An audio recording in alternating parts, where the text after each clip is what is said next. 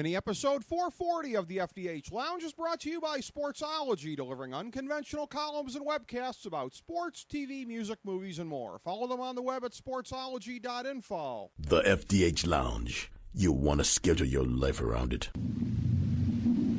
A long time ago, on a gloomy, wet Cleveland spring night, two men stand alone amidst the late-night drizzle.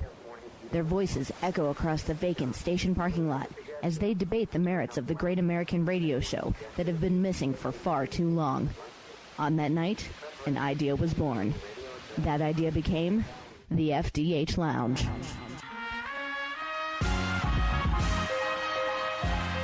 Welcome to the FDH Lounge. Hello, everyone. Welcome to FDH Lounge mini episode number 440. I am FDH Lounge managing partner Rick Morris coming at you today, coincidentally from the 440 in the suburban Cleveland area where I make my home, and preparing for a really great discussion with one of our favorite recurring guests on the program, somebody who always gets into outstanding political analysis with me, a little bit of political debate from time to time. There are very few people who can help you better break down the political scene than my man, Colin Delany, the founder and editor of ePolitics. Go check it out at ePolitics.com. They've always got a host of tremendous publications up there, sometimes the occasional ebook. They cranked out a really excellent one a couple of years back on the Obama campaign and some of the technological successes that they used in their 2008 presidential run. Colin is always just about the best person you can possibly talk to about things going on the political scene, sometimes also as it relates to technology, because that's kind of the specialty at ePolitics, is the intersection of politics and technology. And God knows there's an awful lot going on the political scene these days. We got the midterms coming up. I very deliberately did not want to restrict us to talking about the midterms.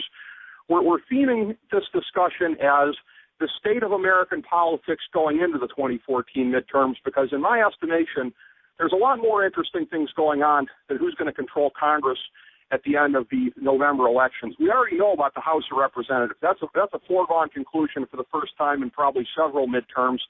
The Senate is still a toss-up at this point, but again, not as much in play overall in terms of both races as in 2010, 2006, maybe even 2002. By the time we got to the fall, it looked like a Republican stampede, but over the summer, I don't think it was clearly a foregone conclusion the way that at least the House is now. So we're going to make this more of a broad discussion about all things going on the political scene right now, shaping us in 2014, and yes, maybe looking a little bit ahead to 2016. With that, bring in good friend of the show, Colin Delany, ePolitics founder and editor. Pleasure to have you back in as always, Colin. How are you today, my man?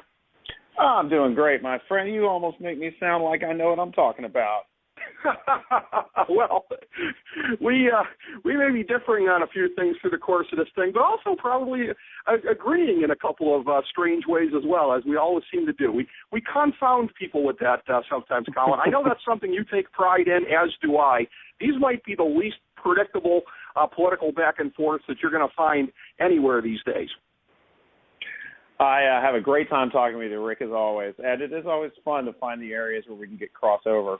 So let's see. But I do have to say, nothing in politics is a foregone conclusion. Yeah, it's not an easy task for the Dems to try to take back the House. But, my crystal ball broke a long, long time ago. And we don't know if the conventional wisdom is going to be right or not. I mean, obviously there are a lot of demographics, involved, where people live, how districts are drawn. In the last congressional elections, Democrats got 1.5 million more votes than Republicans for in-house races, but the Republicans control the House by a wide margin. So there are, a number of factors that contribute to it. But anybody who says they know what's going to happen is setting themselves up for a fall. Well, that's very interesting, and that is very true, that the Democrats did get more raw votes in 2012.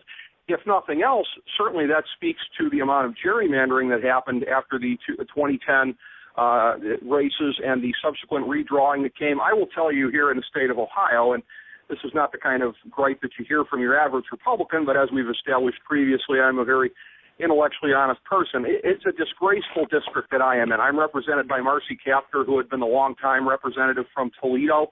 You've probably seen this, Colin, you being a political junkie. They literally drew it like about 5 yards out from the Lake Erie shore, just to connect the western suburbs of Cleveland to Toledo, just to really gerrymander it in maximum position here. I think it's 12 Republicans, 4 Democrats, and that's the kind of shenanigans they had to do to get that. So when I look at it, though, and when I look at the gerrymandering that happened, to me, I'm a big believer in reading the body language of some of the principles involved here. Nancy Pelosi talking a big game in 2012 about getting back to House ASAP. This time around, not so much. Doesn't that tell you something? Well, the last thing I'm going to do is take a politician's public pronouncements at face value, right? Okay. I mean, everything a politician said is calculated, to achieve a goal. Do I think the Democrats are going to take back the House? I think there's a very slim chance. Should a Democratic leader do anything that might suppress turnout among Democratic voters, like negative talk? No, I don't think they should, because that's just bad politics. In 2012, again, the way the maps are drawn, and, I tell you, my first substantive political experience was when I was 23 years old. It was a redistricting special session in the Texas legislature, and it was the first redistricting round after the 1990 census when computers had gotten good enough that you could really start slicing and dicing these districts down to the precinct level, the kind of thing you were just talking about they did to connect Toledo, Cleveland. That before technology, you had to do this in a much broader brush, that now you can really get into a fine thing. In Austin, I'm not sure if it still is, but it was once divided so that it had tentacles going way far out into Texas Hill Country, all the way down to San Antonio, to make sure that Central Austin would not elect its own Congress member. And again, you could not have done that before technology. Yeah, these are the kind of ways that, again, for as much as we celebrate it with all the gadgets that we have and the smartphones and the tablets and all the great stuff like that, the downside is how the political class in this country on both sides can use that and exploit that as they have. And as long as we're talking about control of Congress, let's stay there, because we got a real crunchy groove going on that subject right now. As far as it goes on the Senate side, I'm a big fan in any kind of way of looking at things, whether it be sports or other type of situations, of sort of looking at things in a pari-mutuel kind of a way. If you were to be laying odds on somewhere in the 48 to 52 range as far as Republican seats for next time, I would think that would be the one most people would probably be betting on here, that it's going to be somewhere in there. It's unlikely that the Republicans are not going to gain any, but control of the Senate is far from a foregone conclusion. So it seems to me, though, we could be looking at an unprecedented situation. I'd like to know your thoughts on control of the Senate hanging in the balance, and particularly on one race. This deal in Louisiana, where a lot of times it'll come down to a December runoff, if nobody gets 50% in this thing here. Is Mary Landrieu not dead meat if it comes down to control of the Senate in December, and it's basically a nationalized special election? In my mind, the Republicans only need to get to 50 seats in November with that one hanging in the balance. What do you think? That's a good question. Unfortunately, I don't know enough about Louisiana politics, even though I was born right outside New Orleans. Louisiana's a tough one to predict because the population shifts have been so great in the last few years, right? You had the post-Katrina exodus.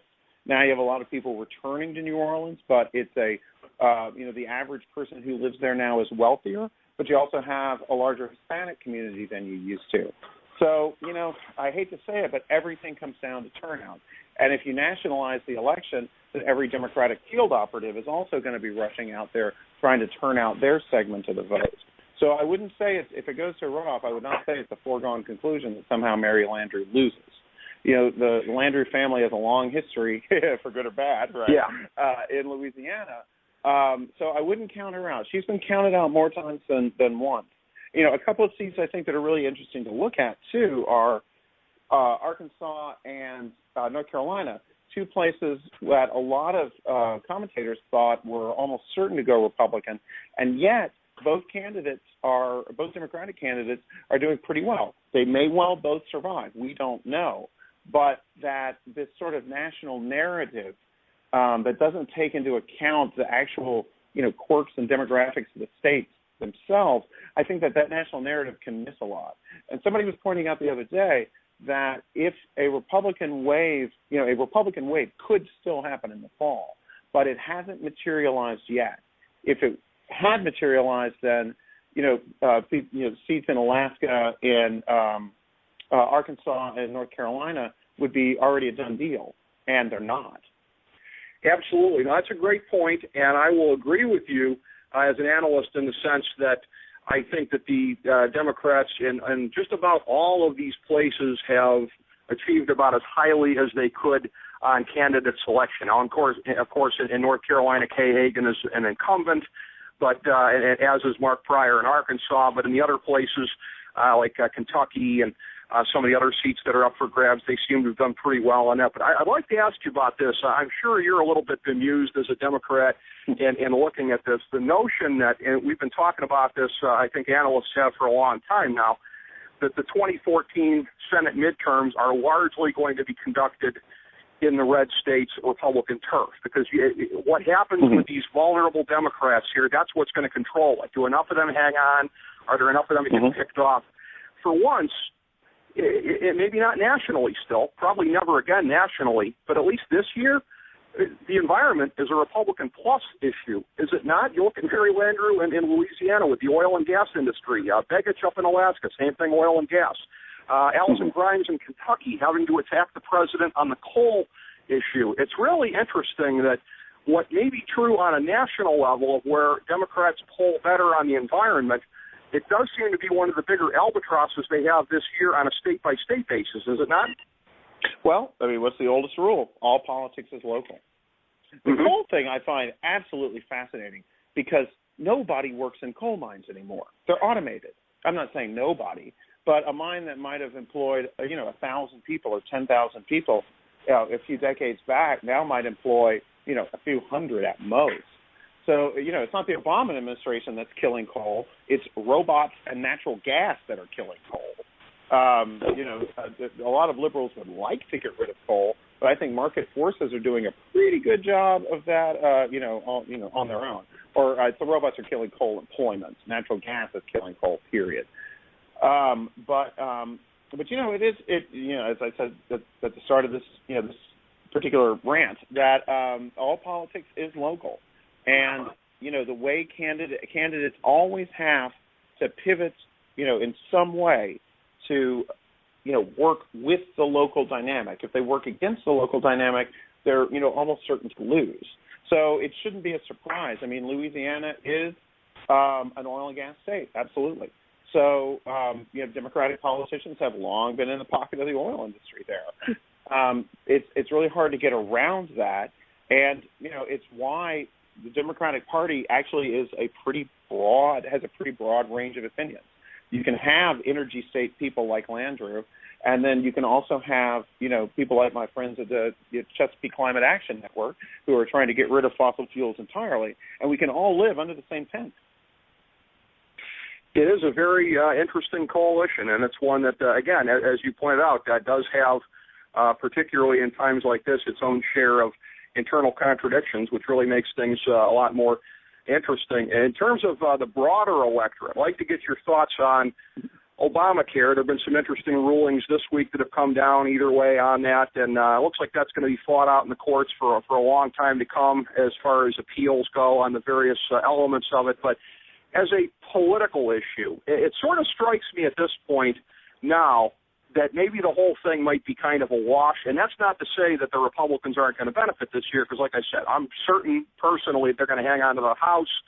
I would guess they're probably better than average odds on taking the Senate, but I don't know how much Obamacare is going to have to do with that, because obviously it energizes the base and it gets them out, but again, you've got the thing now of where now that Obamacare is in place, some people are now finally, at least in their mind, getting something from it, getting from Obamacare, what it is supposed to produce for them. It's continuing to have the snafus, but on the other side, Ted Cruz hates it, and he's pretty much more unpopular than gonorrhea since doing the filibuster against it last fall and shutting down the government. So what are your thoughts? Am I wrong on thinking that it may all be kind of a wash one way or another as a big cutting issue this year? Well, I think when it comes to the broad electorate, there's a lingering, I think there is, you got to remember this thing was attacked, in the most brutal and negative terms for years. And, a lot of the mainstream media coverage just kind of parroted those attacks.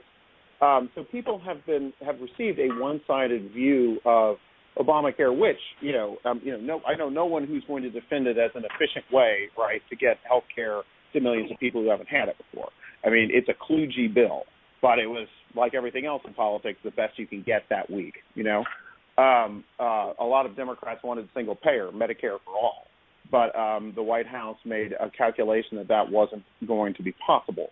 So this is the route we went down. But in any case, I think for broad middle America, it sort of plays into this Obama, sort of Obama being in the doldrums now. It's one of many different things that contributes to this kind of, I'm not going to use the word malaise, but I ain't getting into, man. But, the 6th year of his presidency, he's lame duck, lame duck in the making. A lot of things just still aren't going great. I think a lot of the international stuff, hurts him, even though how he's supposed to have control over a Russian-made, surface-to-air missile launcher is beyond me. But so I think Obamacare plays into that general negativity. On the conservative side, it definitely fires up the troops, right? This is going to help get Republican voters to the polls. On the Democratic side, it is. I have a lot of friends who are working hard to mobilize people. One thing is, I think you pointed out that people receiving the benefits, it starts to spread out. But it's not just the people who get the benefits. It's their cousins, right? It's the people they work with. It's that people see all of a sudden, my God, you haven't been able to go to a doctor in a decade, and now you're able to start treating your diabetes, right? That you can begin to see the benefits, and, that leaks out. But that doesn't turn people out to vote, right? So, as far as the enthusiasm goes, it may still be a net plus for Republicans. Although, like I said, I have plenty of friends on the Democratic side who are trying to change that.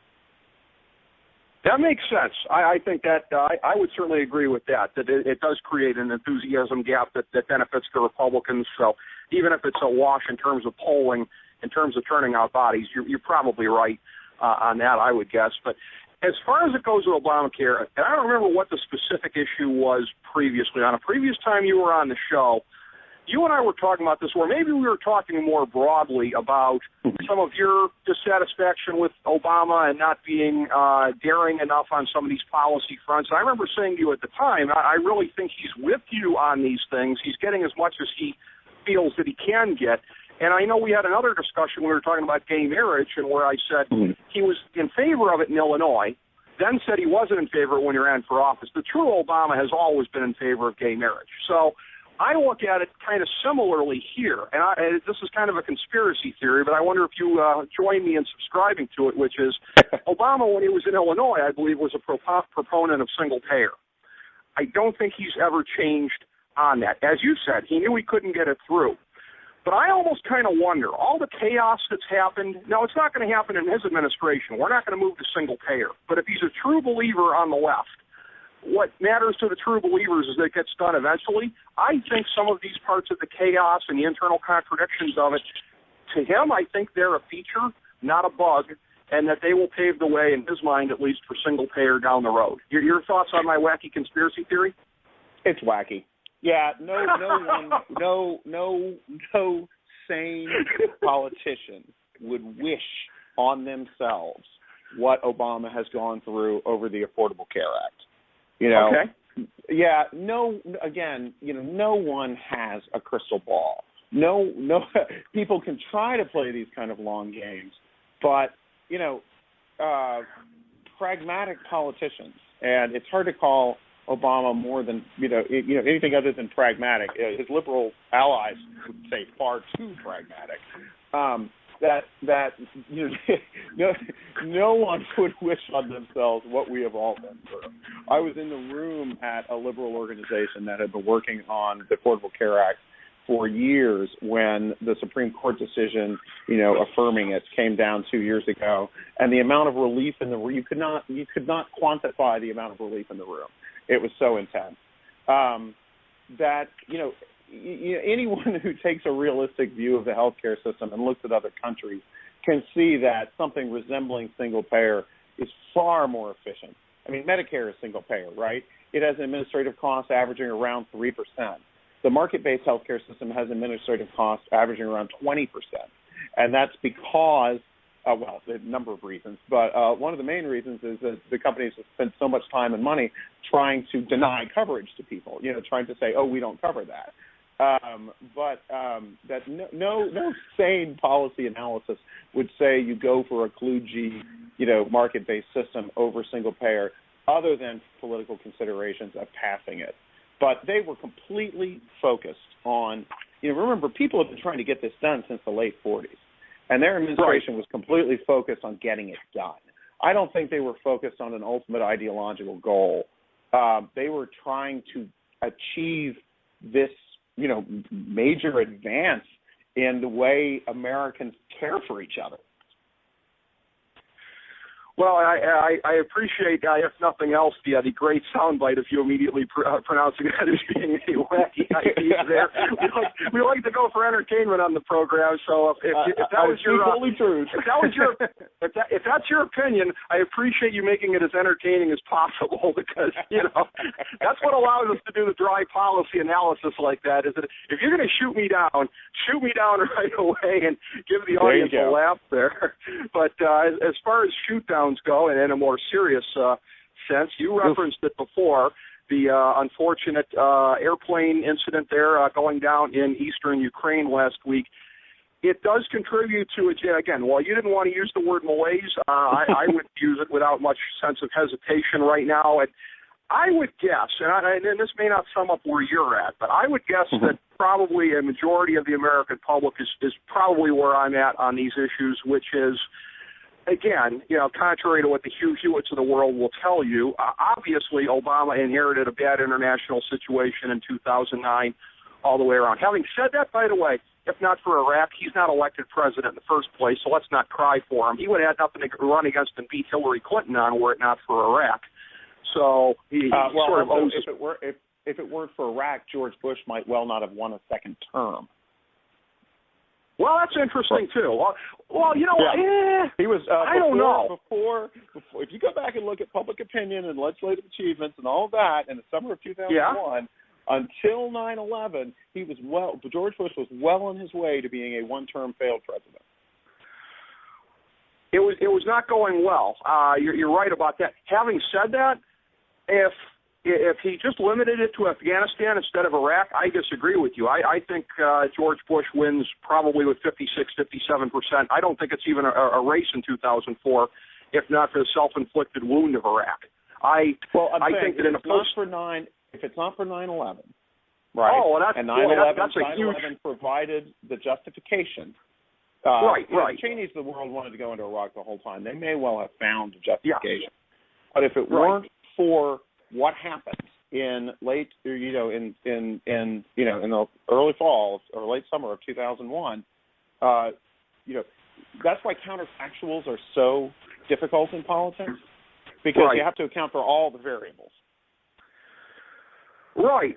Yeah, I mean, that if you're taking 9/11 out of it too, and as much as I love counterfactuals, that's one of the hardest ones I think I've ever thought of. So on the spot, I couldn't even give you an opinion of whether it would have helped him or hurt him. I mean, that's if you're saying 9/11, yes, but Iraq, no. I think Bush wins in a landslide. If you take them both out of it, I don't know. But that's really interesting. But no question about it. Iraq got Obama elected once, maybe even twice, but certainly once anyway. So nobody should cry too much for him in terms of what he inherited. But I think the vast majority of the American people would, and not vast, at least over 50% would agree with me, inherited a bad hand, not playing it real well at the moment. When the world is on fire in as many spots as it is right now, between ISIS, between Israel/Gaza, between Ukraine, and again, you look at the whole thing with the reset policy with Russia. I mean, I'm not going to channel Mitt Romney and say biggest geopolitical foe, but, they were really playing up the whole reset with Russia thing, so you don't get to have it both ways when things go sour and Putin shows you the other side of it. I think he, has humiliated Obama just as he did Bush, who famously peered into Putin's soul back in 2001. So I think it's the two presidents in a row that he's humiliated. So I don't think the American people are happy. What would you have him have done? You know? At what point? In terms of the reset or? Well, we live in a world where countries have to get along. So whether or not you personally think Putin is a jerk, a dictator, whatever, you have to pursue the diplomatic avenues in front of you if you want to get anything. You know what I mean? And when it comes to I'm a big anti-militarist on the Republican side. I'm not a militarist, so again, I'm not out there with Lindsey Graham and the rest of those lunatics because I'm a decided Rand Paul type.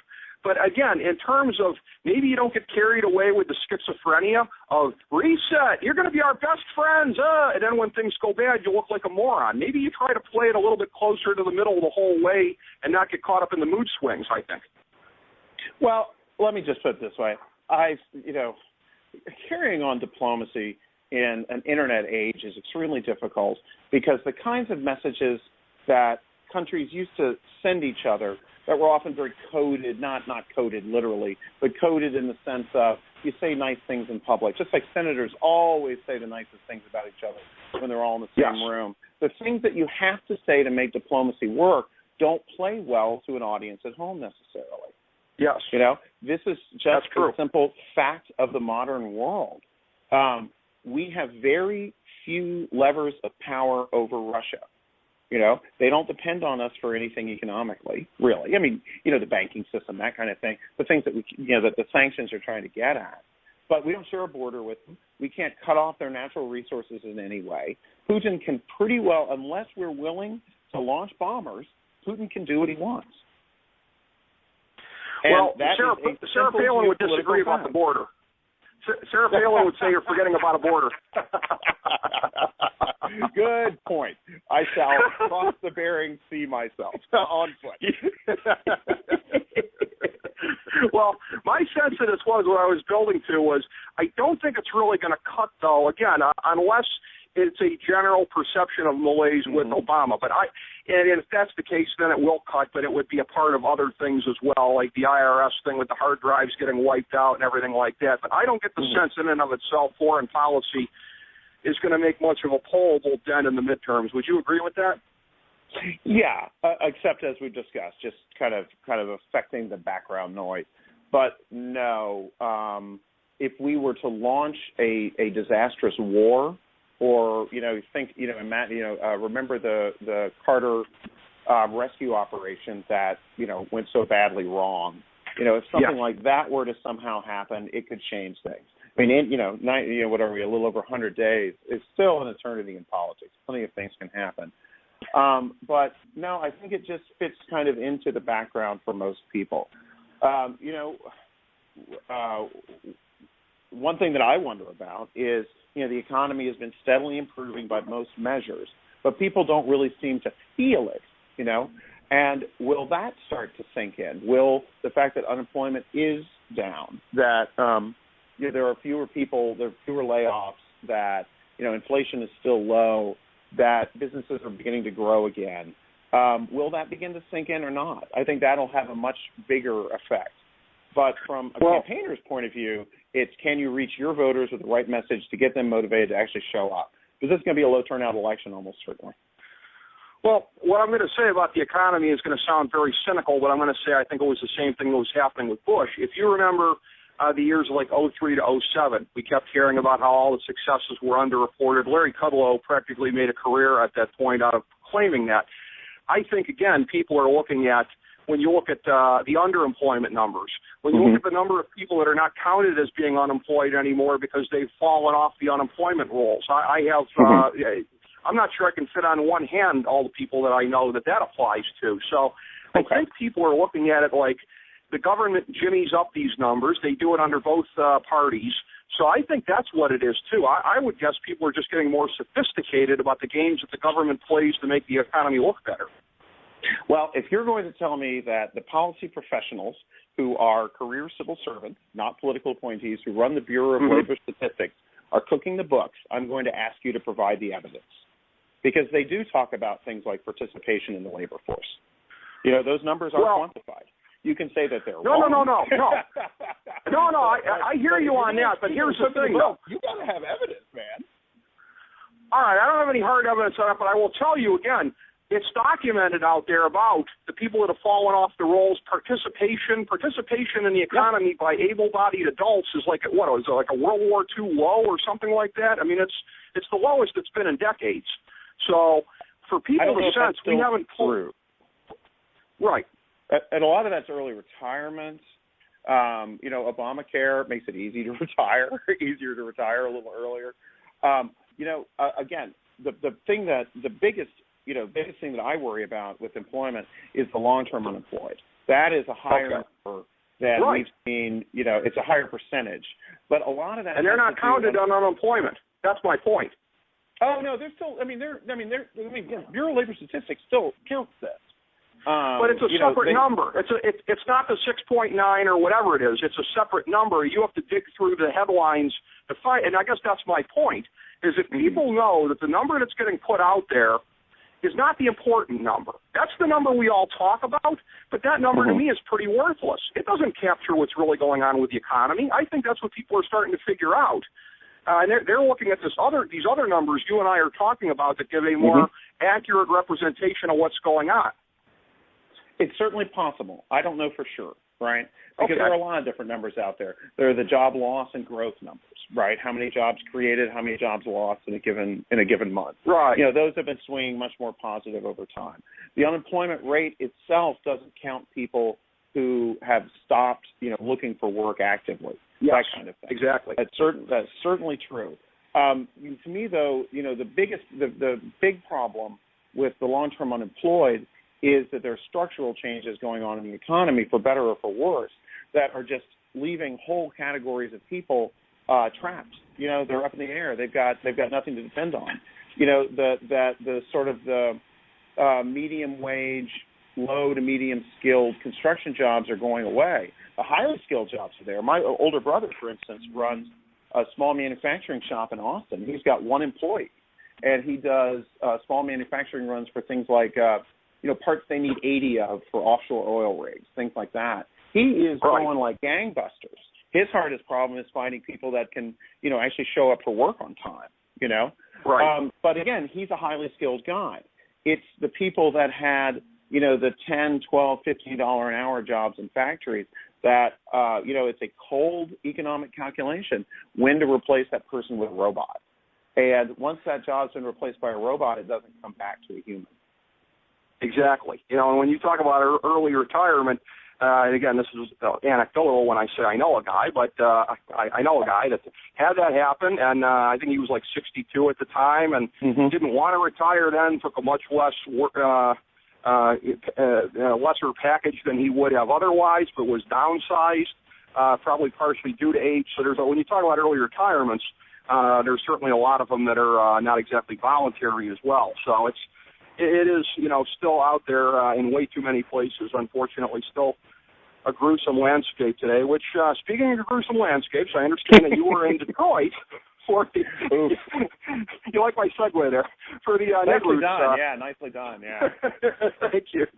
For the Netroots Nation conference here, which is always one of the more interesting parts of the political year. So I understand there was a lot going on there in terms of a lot of chatter of Warren for president, that good old Pocahontas there was getting a big standing O from the crowd, and a little draft movement there to try to get her to reconsider and run. So I'm curious, from you being there, some of the main points of conversation between that, Uncle Joe Biden, with Hillary as well, with her relationship both with the Netroots, as she did not go to this thing, her relationship with the Obama administration, which continues to be a source of ongoing fascination leading up to 2016. What were some of the big top-line things that were on people's tongues at this conference? Well, let me just say that Elizabeth Warren, I can't say everyone, that's a bit of a broad statement, but people love Elizabeth Warren. She's to the heart of why people get involved in progressive politics in the first place, that we want to make the world a better place. We want to expand opportunity to more people. We want to expand, inclusion to more people. There's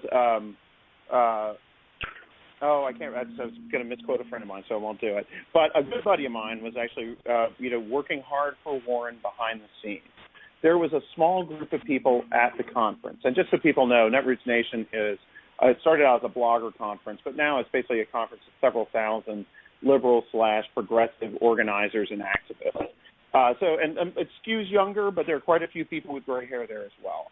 Okay. But there was a strong cadre of people who would really love to see Elizabeth Warren run.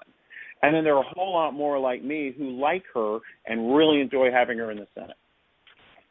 That it was vocal but not broad support for her running for president. There was a lot more, the Ready for Hillary stickers were getting snatched up.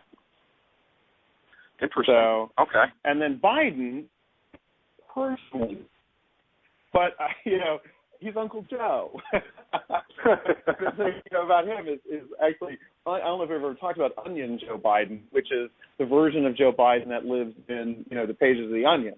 The first story, I think, was shirtless Joe Biden washes Trans Am in White House driveway. I got that in one of my Onion books. That's awesome. Oh, I love it. Onion Joe Biden is a fascinating character because, it reveals what we want Joe Biden to be. But I think if he runs for real, he's just too hard to take seriously. He's probably right. Yeah, he's going to go down as having done more than any politician probably to advance marriage equality because it was his initial, he basically nudged Obama into coming out, so to speak, in public as being in favor of gay marriage, right? So, he'll have that. Biden has that, and he has a lot of goodwill among the LGBT community because of that. But him against Hillary, it's really not. He'll just get it. It just won't happen. Now, a lot of us want Hillary to be primaried. We don't want her to waltz to a nomination because that leads to a weak candidate in the fall. The strong. The primary battle between Clinton and Obama in 2008 made Obama a far better candidate and made his operation far stronger than it would have been if they'd faced no serious opposition. So, there's a sense that you don't want Hillary to just walk away with it, particularly because she ran such a bad campaign last time, right? Like, she's got to prove that she can run a campaign that doesn't end with people just sniping at each other all over the place. It was a poisonous atmosphere inside her leadership last time. That's a great point. And absolutely, and to be sure, there's no question about it. My boy Rand Paul will be very battle-tested by the time he comes to my hometown of Cleveland to take the Republican nomination in 2016. You're absolutely right to fear the effects. Seriously, though, let's talk about Rand Paul and Rick Perry, because I think that discussion is fascinating. It is. It is. It's one of the few serious policy debates going on in public right now in the country. It is, and again, it's one that's based on just pure demagoguery on the part of Rick Perry, and it's something that I've talked about with you previously on the show, me, of course, being a proud paleocon, and of saying, and this continues to be true, the Republican Party has to come to grips with, again, even with the world being on fire right now, it's not like on foreign policy that the public is clamoring in the polling for the Republicans to come back, because Iraq is and continues to be an open wound on the party. They denied it in 2012. They went with an unreconstructed George W. Bush guy / opportunist and Mitt Romney, and it went exactly the way that I said that it would, and it will go exactly the same way. I will tell you what, too. There's a lot of people like me. I believe there are. That's going to be the last straw for us as registered Republicans. We'll never become Democrats, maybe registered independents.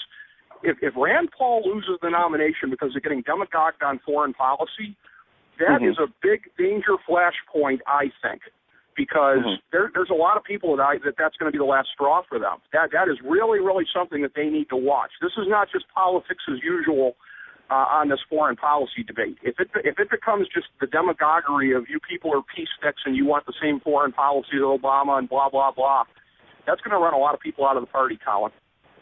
I think that's a very interesting point. You talk about becoming independent.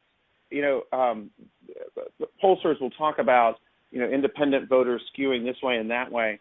One thing that they have to take into account in their voter modeling is that an independent voter now is not necessarily the same as an independent voter of 15 or 20 years ago, because so many Republicans have sort of, the Tea Party wing has gone in one way, and a lot of the old Northeastern Republicans, they're not really becoming Democrats yet, given time maybe, but, they have sort of veered over into an undefined middle where, a higher percentage of people than did, say, 15 years ago will now self-identify as Democrats.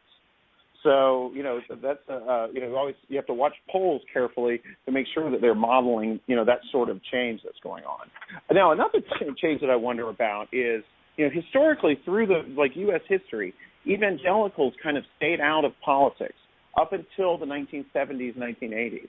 That it was sort of a render unto God what is God's and unto Caesar what is Caesar's mentality.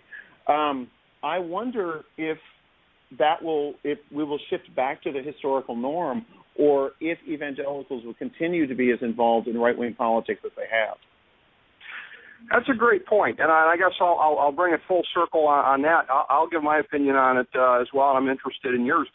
I would guess, as somebody who is a social conservative and who looks at the landscape, that with the exception of abortion, where, again, that is still a contested issue, that is still one with real ramifications, although I think a lot more social conservatives like myself are waking up to the fact that the Republican Party only ever pays lip service on this and really doesn't go balls to the wall on trying to get 5 Supreme Court justices. It's more so just a wedge issue, unfortunately, for the Republicans. But on gay marriage, for us social conservatives, that battle is lost. And it is shocking how it's, in less than 20 years, and really more like 15 years, there have been very few things like that. Yeah. Well, 5 years, yeah. I trace it back to, again, and Joe Biden, typical foot and mouth thing, where it came off where he was talking about quote unquote Jews in Hollywood, but where he was crediting the entertainment industry at one of these things. And between Ellen's TV show and Will and Grace, I think that did a lot to turn around people culturally on it, to pave the way for something like this. I think you may be right on this, because gay marriage won't even be a political issue, I don't think, a decade from now. It will be for people like myself that believe in traditional marriage. We're going to not like it, but not be able to do anything about it. I don't think it'll even be an issue. So I think you may be right, because, there's just going to be a lot of dispirited people saying on everything except abortion, and even abortion's not going so well from the social conservative point of view. All these battles are basically lost. The 60s generation won, Colin, in my estimation. Interesting. I don't know if I'm going to go quite that far. I would just say that, to misquote or paraphrase Martin Luther King, that the arc of history is long, but it bends towards justice. In this case, it bends toward equality. The quote that my friend Joel said, in a closing statement at Netroots was, our definition of family values is that every member of our family has value, right? So that, gay rights, gay equality, and look, I grew up in rural East Texas. When I moved to D.C. and saw 2 guys kiss in public for the first time, that was not exactly an easy thing for me just to go, oh, that's normal. You know what I mean? So, I went through a personal, I was liberal as the day is long, but I went through a personal transformation on what I saw as normal behavior. You know what I mean? And I tell my gay friends this, and, they have seen it with other, straight guys as well, straight people as well. But, sort of that when the Constitution was written, only 10% of the country could vote, probably, white men with property. And we've just sort of steadily expanded our sense of who is America and who is American. And it's us, regardless of what we look like or who we sleep with. It has definitely been going in that direction, and will continue to be going in that direction. I would guess that would be a consensus of anybody's political forecast at this point. But with all the sand, unfortunately, having gone out of the hourglass here, and always quicker than I might hope for when we were having this conversation with you, Colin, but a great one. And again, I think it just points out that certainly no later than the end of the midterms, but at some point in the near future, look forward to getting you back on and breaking it down more, because there's never enough time to be able to do this. Our good friend Colin Delany, founder and editor of ePolitics, ePolitics.com. Thank you so much for your time today, my man. It's been a great pleasure. Enjoyed it as always. I did too. I know that the listeners did as well. Thank you all, everyone, for joining us today for mini episode number 440 of the FDH Lounge. As we bring the show to a close, we would like to extend our deepest gratitude to NBC, CBS, ABC, Fox, all Clear Channel affiliates, TNT, TBS, USA, UPN, Deadspin.com, YouTube.com, YTMND.com, MySpace.com, various blogs, Fox News, CNN, CNBC, MSNBC, IamBoard.com, Billboard.com, Google.com, ESPN, ESPN2, ESPN News, ESPN Classic, NBA TV, NFL Network, Sports Time Ohio, Athlon Magazine, Comedy Central, Cartoon Network, The Boomerang Channel, QVC, BET, The Spice Channel, Steno Notebooks, Manwich, Papermate Office Supplies, waitresses, strippers, bartenders, garbage men, janitors, microwave popcorn, the writers of The Office, Scrubs, Entourage, My Name is Earl, Oz, Metalocalypse and the Boondocks, Aquafina, and the periodic table of elements.